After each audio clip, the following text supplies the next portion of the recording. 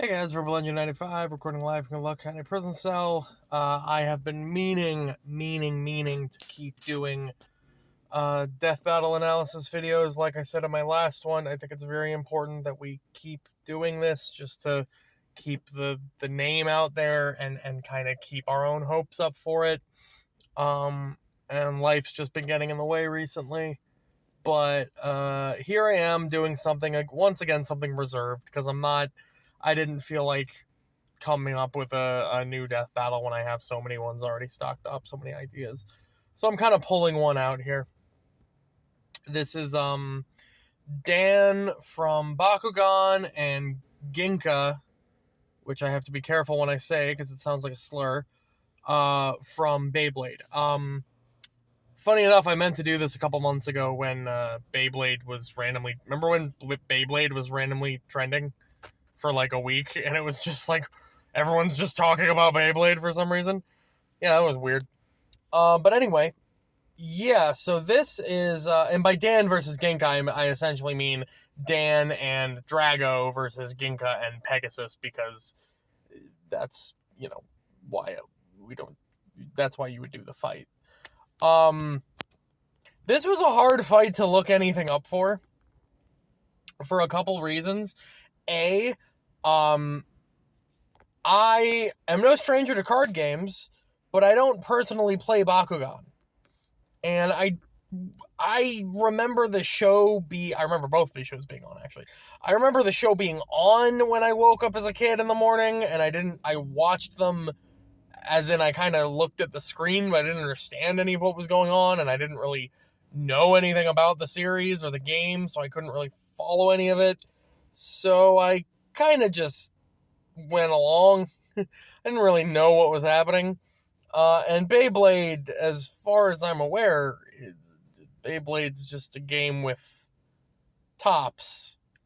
I remember Beyblade from way back when, and I watched the show, but the show has virtually nothing to do with the actual game. Like, the game isn't a card game or anything. There's no statistics to it, except for the ones that are, like, artificially put into the show, as far as I'm aware. And yes, I'm aware Ginka is not the original Beyblade protagonist, but the original Beyblade show was literally just a show about tops. Beyblade, Metal Fusion, Metal Master, the Metal series, was the thing, it actually kind of made it a typical show. But yeah, so because I don't, and Beyblade just kind of makes up its own rules as it wants to, so this is gonna get a little dicey. But yeah, so I don't really know the scaling for Bakugan outside of, I know they go to different dimensions and shit and fight, and, at one point they were in, an astral world, stuff like that. And so I'm not really too well-versed with either of these shows. I'll be completely honest with you. But we're gonna give it a shot here. So Dan, as I said, his Bakugan's name is Drago. Its official name is actually Salamander, but it goes by Drago. And it is a dragon type, not dragon type, but a dragon class Bakugan, or dragonoid form or something like that. Yeah, it's some classification. It's a dragon. And as with many dragons, it grows and grows and grows and gets stronger, but each iteration has very specific abilities. Now, to save myself from having to remember all of the names of all of these abilities, I'm just going to say he shoots fire in many different types of ways, and he has abilities that just make himself stronger and take strength away from the opponent, essentially. There's an actual statistic known as G's, which is the actual attack stat of the creature, and each ability has a specific effect on that attack stat, but we're just going to go simply and say he can make himself more powerful, and he can manipulate fire in many different ways, right? And in these different forms, he gets different ways to do that, and et cetera, et cetera. Now, the Bakugan Battle Brawlers were a team of people, which were Dan and his friends, who all had their own specific Bakugan, and they all fought. And yeah, like I said, they've taken on like interdimensional beings. They actually again, they increased their own strength to the point where they couldn't have their Bakugan couldn't have like physical vessels to actually fight other beings, so they became like astral beings. So it's pretty cool. Beyblade. Alright.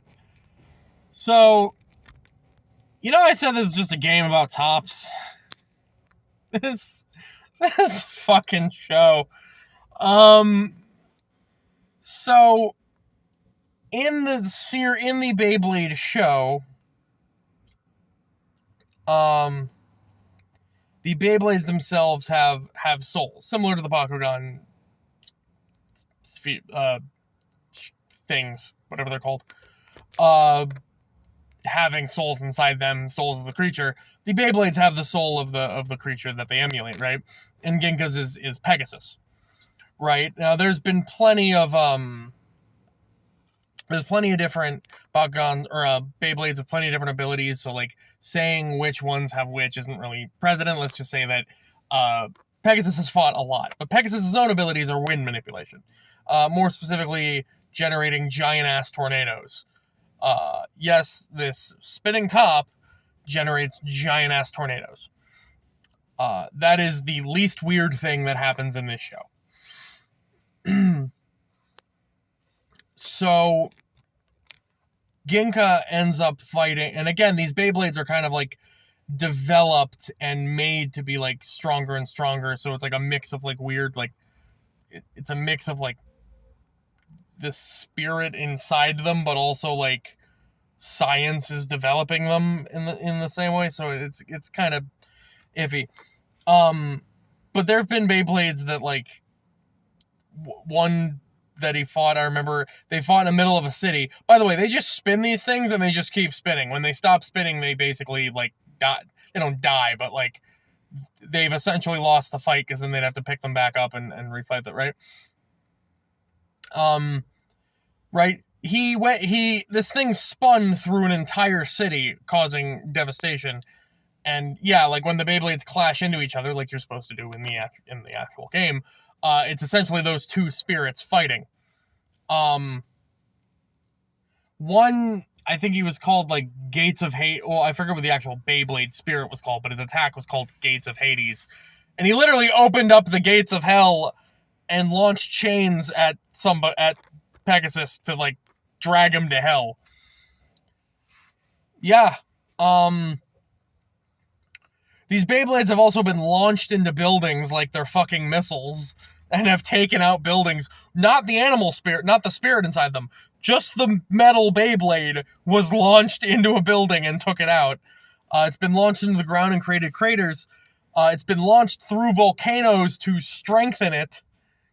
Not Ginka's specifically, but other Beyblades have done this. And there was that one time that this one guy had a Beyblade. I forget, it was like a green one. I forget what its actual spirit was. But it spun so rapidly that it turned the arena that the people were watching the Beyblade fight in to sand. As in, it spun so fast, it destabilized the molecules in the, like, concrete arena and turned it to sand.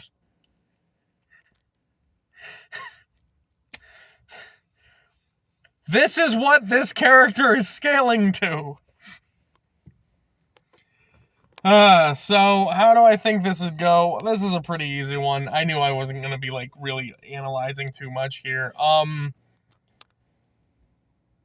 They both fly. I mean, we're really talking about the spirits here. We're not talking about the actual, like, even though the Beyblades themselves can do some crazy shit, and that's really maybe Ginka's only chance, is that, you know, if the Beyblade itself can, like, because Bakugan is played in a way where, like, the position of the fucking thing is significant, and, like, that it's like Yu-Gi-Oh, but the characters are sentient and they are able to fight despite having to still follow the rules of the game. It's weird. But yeah, so like Pegasus, the Beyblade, the actual physical Beyblade itself, could maybe like, disrupt that somehow, like disrupt the board state, as they say. Again, I'm a Yu-Gi-Oh player. I'm not a Bakugan player. But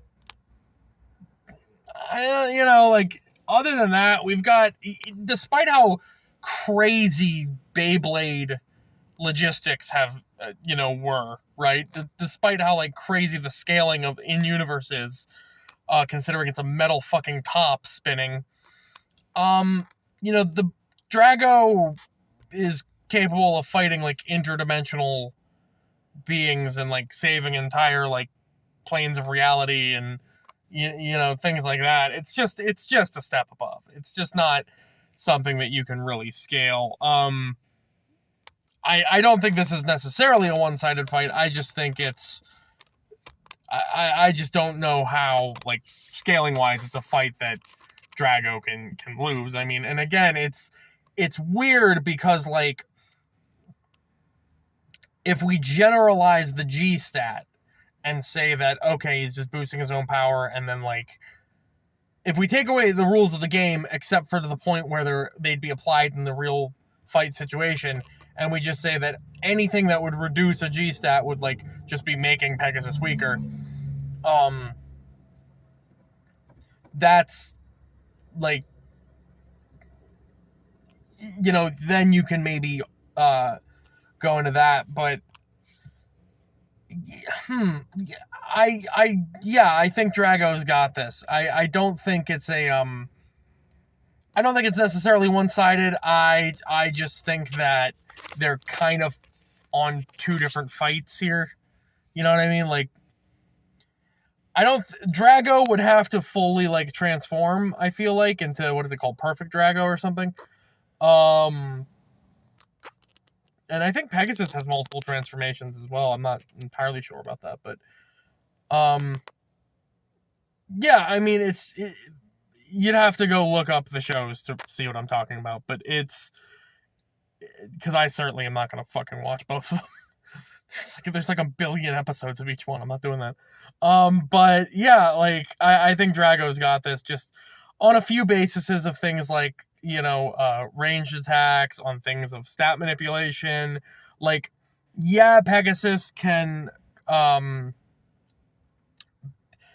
just inherently has this advantage of, like, just the blade.